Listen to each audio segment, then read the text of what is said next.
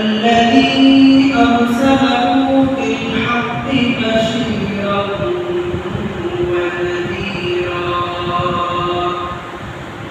وداعيا إلى الله بإذنه وسراجا وقمرا منيرا. أما بعد فقد قال الله تعالى في كلامه المجيد وفي فرقانه الحميد.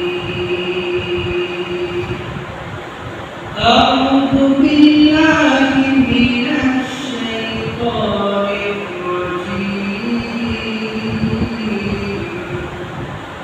بسم الله الرحمن الرحيم. إن الصلاة تنهى عن الفحشاء والمنكر. وقال النبي صلى الله عليه وسلم مفتاح الجنة الصلاة. صدق الله المولانا العظيم وصدق رسوله النبي الكريم. قال رب اشرح لي صدري ويسر لي أمري واحلل عقدة من لساني يفقهوا قولي.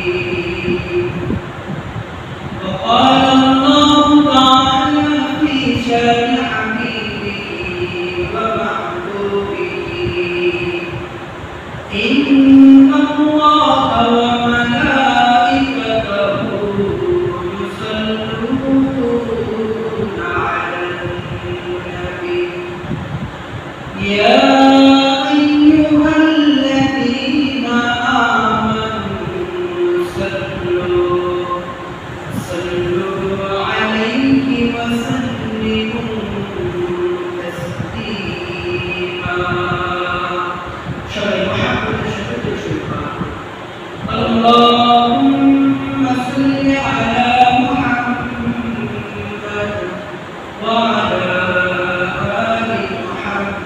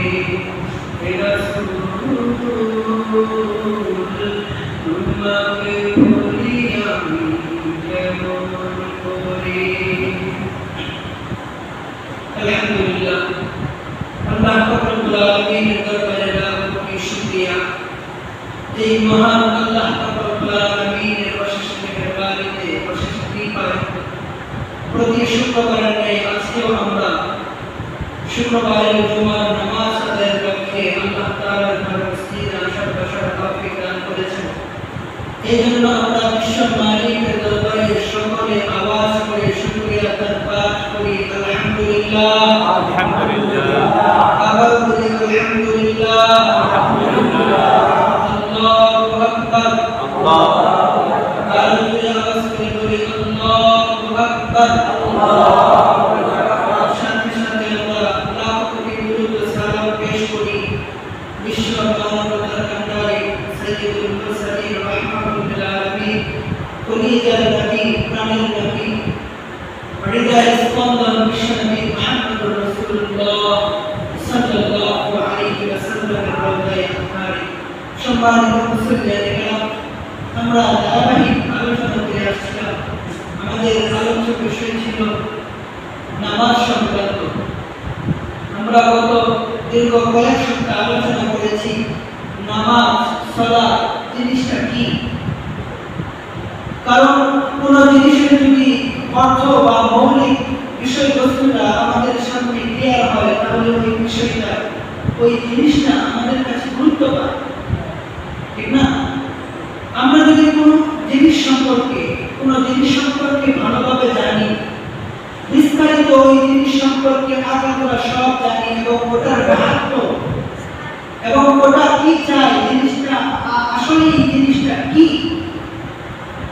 যে কোনো জিনিস হোক ওটা যদি আমাদের সামনে ক্লিয়ার হয় তাহলে আমরা ওই জিনিসটার গুরুত্ব বুঝি, যত্নও বুঝি এবং সেটাকে আমরা যথাযথ গুরুত্ব এবং মূল্যায়ন করতে দিনের ভিতরে একটা আশা আকাঙ্ক্ষা তৈরি হয়।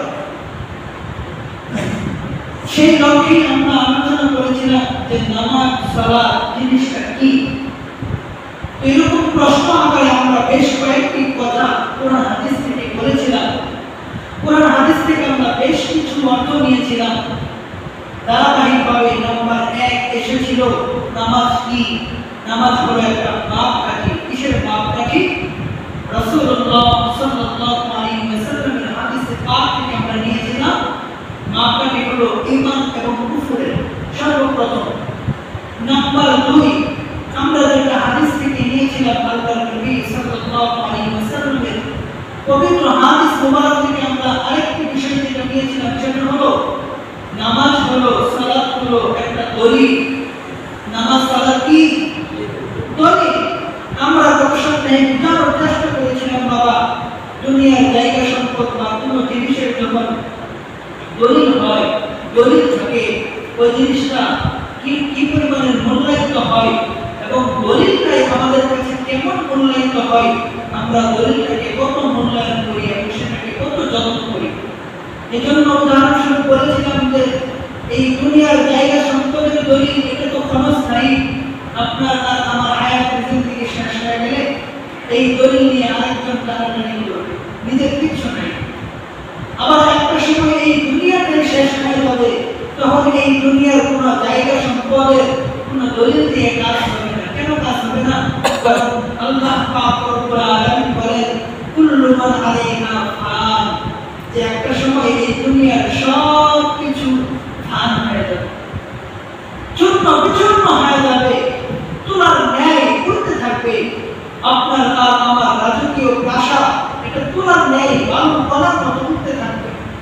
আপনার আর আমার সম্পদ অট্টালিকা এগুলো তোলার ন্যায় করতে থাকবে, কোনো মূল্যায়ন একটা সময় থাকবে না। একজন ফেরেশতা একটা শিক্ষা নিয়ে অপেক্ষায় আছে, একটা ফু দিবে, এমন ফু দিবে যে দুনিয়ার সব চূর্ণ বিচূর্ণ হয়ে যাবে। নাম্বার 3 আমরা আলোচনা করেছিলাম আল্লাহর নবী সাল্লাল্লাহু আলাইহি ওয়াসাল্লামের আরেকটা হাদিস থেকে যে নামাজ কি, বলে নামাজটা হলো মানুষের দেহটাকে পবিত্র করার একটা বস্তুর মতো, একটা ক্লিন পাউডারের মতো। সার্ফেক্সেল বলেন বা রিন পাউডার বলেন বা অন্য যে কোনো একটা পাউডার বা সাবান বলেন, এগুলো দিয়ে আমরা জামা পরিষ্কার করি, এগুলো দিয়ে আমরা আমাদের কোনো জামা বা কোনো পোশাক ময়লা হয়ে গেলে আমরা পরিষ্কার করি। ওই হাদিস থেকে আমরা এরকমটা ইশারা পেয়েছিলাম যে নামাজের মাধ্যমে আমাদের দেহের গুনাহগুলো মুছে যায়। তখন গুনার মাধ্যমে যে আমাদের দেহগুলো অপবিত্র হয়, ময়লাযুক্ত হয়, এই নামাজ আদায়ের মাধ্যমে তখন আমাদের দেহগুলো গুনাহ থেকে মুক্ত হয়ে, গুনাহ নামক পাপ থেকে মুক্ত হয়ে, গুনাহ নামক কলঙ্ক থেকে মুক্ত হয়ে মুসলমান মুমিনদের দেহগুলো পবিত্র হয়। মোহতারাম হাজিরিন, এই জন্য আমরা আজকেও আরো কিছু জিনিস নিয়ে আলোচনা করবো যে নামাজ বা সালাত জিনিসটা কি। আশা করি আমরা ইতিমধ্যে বুঝতে পেরেছি যে নামাজ আসলে জিনিসটা কি এবং এটাকে আমাদের কি পরিমাণ মূল্যায়ন করার দরকার, গুরুত্ব দেওয়ার দরকার। মোহতারাম হাজিরিন, আল্লাহ পাক রব্বুল আলামিন কোরআনে কারীমের আয়াতে আল্লাহ পাক রব্বুল আলামিন বলতেছেন, ইন্নাস সালাতা তানহা আনিল ফাহশাই ওয়াল মুনকার। মুসলমান ইমানদার আল্লাহ ওয়ালা বন্ধুগণ, আল্লাহ পাক রব্বুল আলামিন বলেন, ইন্নাস সালাতা তানহা আনিল ফাহশাই ওয়াল মুনকার। নিশ্চয় নিশ্চয় নামাজ হলো, নিশ্চয় নিশ্চয় নামাজ হলো এমন একটা জিনিসের নাম যে জিনিস কেউ যদি ধরতে পারে নামাজটাকে, কেউ যদি নামাজ নামক সালাত নামক এই জিনিসের সাথে সম্পর্ক লাগাইতে পারে, বলে ওই নামাজ ওই ব্যক্তিটাকে দুনিয়ার যত প্রকার খারাপ কাজ আছে সমস্ত প্রকারের খারাপ কাজ থেকে নামাজি ব্যক্তিকে নামাজ বাঁচায় রাখে। তাহলে কি বুঝলাম?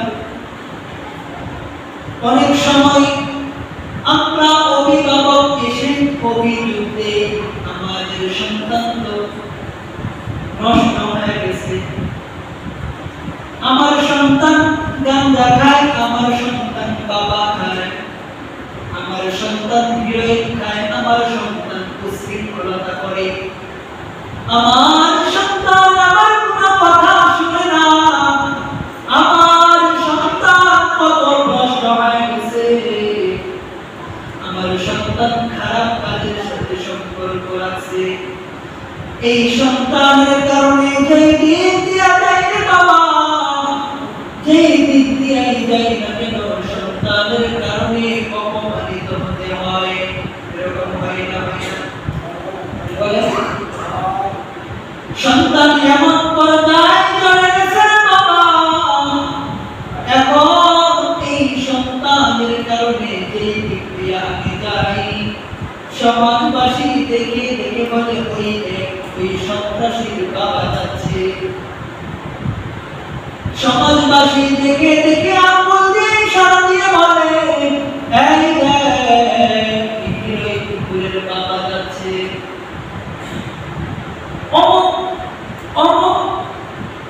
শয়তানের বাবা যাচ্ছে, আরো বিভিন্ন কথা বলে বলে এই যে আমার সন্তান খারাপ কাজের সাথে সম্পর্ক হয়ে গেল, এই যে আমার সন্তান কত প্রশ্ন হয়ে গেল, এই যে আমার সন্তান খারাপ কাজের সাথে সম্পর্ক করলো। মোহতারাম হাজিরিন, আপনার আর আমার মালিক ফর্মুলা দেন, সময় মতো যদি এই সন্তানকে নামাজের শিক্ষা দিতে পারে বান্দা, নামাজের সাথে যদি সম্পর্ক করাইতে পারতাম তাহলে আজকে রাস্তা দিয়া হেঁটে গেলে অপমানিত হওয়া লাগতো না। আজকে একটু সমাজে কেউ কেউ সম্পর্ক দেখেন, মিলা দেখেন, আজকে আল্লাহ রব্বুল আলামিনের কোরআনের কথা, আল্লাহর নবীর হাদিসের কথাগুলোকে একটু বাস্তবতার সাথে মিলা দেখেন। এই বাবাজি, আপনার কাছে প্রশ্ন করতে চাই, আজকে আলেম হওয়ার প্রয়োজন নাই, আলেমের সিরিয়াল বাদ দিলাম। আপনি আলেম ছাড়াই আপনি সমাজে হিসাব করে দেখেন, মিলায় দেখেন, কোন বাবার সন্তান যদি বাবাও নামাজি, সন্তানও নামাজি, বাবাও নামাজ পড়ে, সন্তান নামাজ পড়ে, সন্তান আলেম বা হাফেজ নয়, কোন বড় আল্লাহ ওয়ালাও নয়, জাস্ট শুধু নামাজি, শুধু নামাজি, হিসাব মিলায় দেখেন তো এরকম নামাজি কয়টা সন্তানের জন্য বাবা মার অপমানে শুনতে হয়? কথা বলেন না কেন বাবা? কথা বলেন না কেন? আপনি তাকায় দেখেন, আপনার সমাজে দলিল আছে, আপনার সমাজে দলিল আছে। আপনি আপনার সমাজের একজন পার্শ্ববর্তী একজন লোক গরিব, ভ্যান চালায়, রিক্সা চালায়, অথচ মানুষটা নিজেও নামাজি, সন্তানটাকেও নামাজের শিক্ষা দিয়েছে, নামাজের সাথে সম্পর্ক।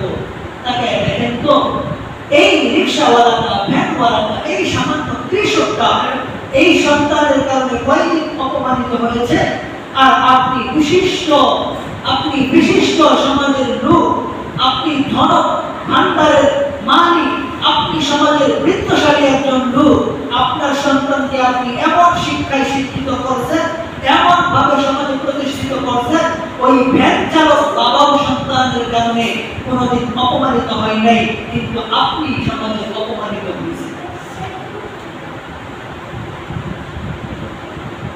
আপনি সমাজে বৃত্তশালী হওয়ার পরেও আপনার সন্তান অমুক জায়গায় অকারেজ ঘটিয়ে আপনার সুনাম নষ্ট করে দিল, আপনাকে কলঙ্কিত করে দিল। অনেক সময় তো অনেক অভিভাবক এমন বলে ফেলে যে মনে চায় এই সন্তানের অপমান সহ্য করতে না পেরে মনে চায় নিজের জীবন নিজেই শেষ করে। আজকে আমরা কোরআন থেকে পড়ে আল্লাহর নবী সাল্লাল্লাহু আলাইহি ওয়াসাল্লাম, আপনার আর আমার নবী থেকে দূরে, যে কারণে আজকে মুসলিম জাতি সমাজের মধ্যে অবহেলিত, অপমানিত। আজকে আমি মুমিন হওয়ার পরেও সমাজে অপমানিত, অবহেলিত। আজকে আমি নিজে একজন ভালো ব্যক্তি হওয়ার কারণে সন্তানের কারণে সমাজে অপমানিত, অপদস্থ হওয়ার আগে কারণ কি? কারণ হলো আপনি আর আমি আমার যেটুকু হক হয়েছে, আল্লাহ প্রদত্ত যা শিক্ষা দেওয়া হয়েছে, আল্লাহ প্রদত্ত আমাদেরকে যা করতে বলা হয়েছে, আমরা সেগুলো মানতে রাজি নই, আমরা সেগুলো থেকে অনেক দূরে সরে যাচ্ছি। ঠিক না বলো? এই জন্য আল্লাহ রব্বুল আলামিন বলেন, হে মুসলমান ইমানদার, আল্লাহ বন্ধুগণ ভালো করে শুনে নাও। আল্লাহ রব্বুল আলামিন বলেন, ইন্নাস সালাতা তানহা আনিল ফাহশাই ওয়াল মুনকার। হে দুনিয়াবাসী, হে আমার বান্দা-বান্দীগণ, ভালো করে শুনে নাও। তোমরা যদি নিজেও নামাজের সাথে সম্পর্ক করতে পারো, আর যদি তোমাদের সন্তানদেরকেও নামাজের শিক্ষায় শিক্ষিত করতে পারো, নামাজের সাথে সম্পর্ক করে নিতে পারো, নামাজের সাথে যদি সম্পর্ক হয়ে যায়, আমি আসমানের মালিক, ইন্না as-salata তানহা আনিল ফাহশা। ইন্না নির্দিষ্ট করে আল্লাহ তাকিদ দিয়ে বলেন, নিশ্চয়ই নামাজের সাথে সম্পর্ক যদি সন্তানের করে দাও, ওই নামাজটাই তোমার সন্তানকে শত শত খারাপ কাজ থেকে বাঁচায় রাখবে। হাদিসের মধ্যে এমন ঘটনা পাওয়া যায়, আল্লাহর নবী সাল্লাল্লাহু আলাইহি ওয়াসাল্লাম যখন এই আয়াতের তালিম সাহাবীদেরকে দিলেন। সাহাবীদেরকে এই আয়াতের তালিম দেওয়ার পর আল্লাহর নবীর একজন সাহাবী এসে বললেন, ইয়া রাসূলুল্লাহ, আপনার সাহাবী অমুক সাহাবী আমাদের সাথী ভাই, আপনি যে বলেছেন ইন্নাস সালাতা তানহা আনিল ফাহশাই ওয়াল মুনকার, আল্লাহ আয়াত নাযিল করে বলেছেন যারা নামাজ পড়ে নামাজের সাথে সম্পর্ক লাগায়, যারা নামাজটাকে আঁকড়ে ধরে তাদেরকে এই নামাজ খারাপ কাজ থেকে বাঁচায় রাখে। ইয়া রাসূলুল্লাহ, আপনার সাহাবী তো আপনার পিছনে নামাজ পড়ে আবার খারাপ কাজও করে, আপনার পিছনে নামাজ পড়ে আবার আপনার পিছন থেকে নামাজ আদায় করে দিয়ে মানুষের বাড়িতে চুরিও করে। আল্লাহর নবীর সাহাবী আল্লাহর নবীকে বললেন, ইয়া রাসূলুল্লাহ, আল্লাহ তাআলা বলেন নিশ্চয় আল্লাহ তাআলার কথা 100 থেকে 100% সত্য। আপনি নবী যখন বলছেন আপনার কথাও সত্য, কিন্তু কথা হলো আপনার অমুক সাহাবী তো নামাজও পড়ে আবার খারাপ কাজও করে, নামাজও পড়ে আবার চুরিও করে। ইয়া রাসূলুল্লাহ, এখন আমরা এই আয়াতের ব্যাপারে কি ধারণা রাখতে পারি? আল্লাহর নবী সাল্লাল্লাহু আলাইহি ওয়াসাল্লাম বললেন, হে আমার সাহাবী, চুপচাপ বসে থাকো, চুপচাপ বসে থাকো, ওর ব্যাপারে কোনো কথা বলবে না। আমি বিশ্ব নবী, আমি সাইয়্যিদুল মুরসালিন, আমি রাহমাতুল লিল আলামিন, আমি শফিউল মুজরিমিন বলছি, এই আমার সাহাবী যে নামাজ পড়ছে আজ না হোক কাল, আজ না হোক কাল, নামাজ যখন ধরছে অবশ্যই অবশ্যই আমার এই সাহাবীকে নামাজ শত শত খারাপ কাজ থেকে, যত প্রকার খারাপ কাজের সাথে তার সম্পর্ক আছে সমস্ত প্রকারের খারাপ কাজ থেকে এই নামাজ আমার সাহাবীকে ফিরিয়ে আনবেনই আনবেন, ফিরিয়ে আনবেনই আনবেন, ফিরিয়ে আনবেনই আনবেন ইনশাআল্লাহ। মুহতারাম হাজিরিন, আল্লাহর নবীর যেই কথাতেই কাজ, আল্লাহর নবীর যেই কথা সেই কাজ দেখা গেল। আল্লাহর নবী এই কথা বলার কয়েকদিন পর ওই সাহাবী, যেই সাহাবী আল্লাহর নবীর পিছনে দাঁড়ায়া নামাজ পড়তো, আবার নামাজ শেষ করার পরে মানুষের বাড়িতে গিয়ে চুরি করতো, দেখা গেল কয়েকদিন পর এই সাহাবী হঠাৎ করে আর কারো বাড়িতে চুরি করে না। সুবহানাল্লাহ। এবার ওই সাহাবী আসলেন, ইয়া রাসূলুল্লাহ, আল্লাহ পাক বলেছেন ইন্নাস সালাতা তানহা আনিল ফাহশাই ওয়াল মুনকার, মুনকার মুনকার। আল্লাহর কথাই সত্য, আল্লাহর কালামই সত্য, আল্লাহর বাণী সত্য। 2 দিন আগে হোক পরে হোক, যদি কোনো ব্যক্তি দিল থেকেই নামাজ ধরে তাহলে ওই ব্যক্তিকে নামাজ খারাপ কাজ থেকে, অন্যায় কাজ থেকে, যত ধরনের যত প্রকারের খারাপ কাজই হোক না কেন আল্লাহ অবশ্যই অবশ্যই ফিরিয়ে আনবেনই আনবেন, এটা আল্লাহর ওয়াদা। কিন্তু কথা হলো শর্ত আছে। শর্তটা কি? যে নামাজটাকে আপনার দিল থেকে ধরতে হবে। কি করতে হবে? দিল থেকে ধরতে হবে। নামাজ বা সালাতটাকে আপনার মুহাব্বতের সাথে এটাকে গ্রহণ করতে হবে, এটার সাথে ভালোবাসার সম্পর্ক করতে হবে। ঠেকাই করে সম্পর্ক করলে ওই নামাজ আপনাকে খারাপ কাজ থেকে ফেরাবে না। বিবেকের কারণে নামাজ পড়লেন, কোন এক জায়গায় গিয়ে ঠেকে গেলেন, নামাজ পড়লেন, বা কোনো এমন এক বিষয় সামনে আসছে নামাজ না পড়লে আর উপায় নাই, এইভাবে নামাজ পড়লেন, নামাজ ধরলেন, এই নামাজের দ্বারা বাবা আল্লাহর কোরআনের আয়াতের যে মাহাত্ম ওটাও আপনার উপর বর্তাবে না। আল্লাহ যেই কারণে বলছেন ওই কারণটাও আপনার ভিতরে পাওয়া যাবে না। আপনি সমাজে তাকায় দেখেন অনেক লোক এমন আছে 40 বছর যাবত নামাজ পড়ে, এখনো নামাজি ব্যক্তি, পাক্কা হাদিসা, এখনো সুদ খায়। ঠিক না? আছে না? 50 বছর যাবত নামাজ পড়ে, এখনো ব্যক্তি অনর্থক মানুষকে কষ্ট দেওয়া ছাড়ে না। 30 বছর যাবত নামাজ পড়ে, এখনো ব্যক্তি অন্যের মার মাইরা খাওয়া ছাড়ে না। 40 বছর 50 বছর যাবত নামাজ পড়ে এখনো ব্যক্তি কূটনীতি আর দুর্নীতি ছাড়ে না। 50 বছর যাবত নামাজ পড়ে এখনো ওই ব্যক্তি ওই যে সুযোগ পাইলেই দুইজনকে লাগাই দিত কিভাবে ঝগড়া লাগানো যায়, এখনো ওই ব্যক্তি নামাজ পড়তে পড়তে কপালে দাগ হয়ে গেছে। বাবা বাবা এই যে ঝগড়া লাগাই দিত সুযোগ পাইতে এই কাজ ছাড়ে না। এগুলো সমাজে মিলায় দেখবে, এই যে এগুলো কাজ পরিবর্তন হয় না। কেন হয় না? কেন হয় না? এটার দলিল দিতে হবে কোরআন থেকে, হাদিস থেকে। আল্লাহর নবী সাল্লাল্লাহু আলাইহি ওয়াসাল্লাম বলেছেন, বান্দা যতদিন পর্যন্ত এই নামাজকে ভালোবাসার সাথে ধরতে না পারবে, নামাজে দাঁড়ায়া নামাজ পড়তেছি ওই দিকেই খেয়াল রাখতে হবে। নামাজে দাঁড়ায়া দোকানের হিসাব করলে আর নামাজ শেষ করে কি করব, বিকাল বেলায় কোথায় যাব না যাব, আগামীকাল কি করব না করব, এই ধরনের ক্যালকুলেটর নিয়ে নামাজে দাঁড়াইলে ওই নামাজে পরিবর্তন করবে না পরিবর্তন। আল্লাহর রাসূল সাল্লাল্লাহু আলাইহি ওয়াসাল্লাম স্পষ্ট ভাষায় হাদিসে বলে দিয়েছেন, নামাজ যখন পড়তে যাইবা, নামাজে দাঁড়াইলে দুনিয়ার সব চিন্তা থেকে ফারেক হয়ে যেও।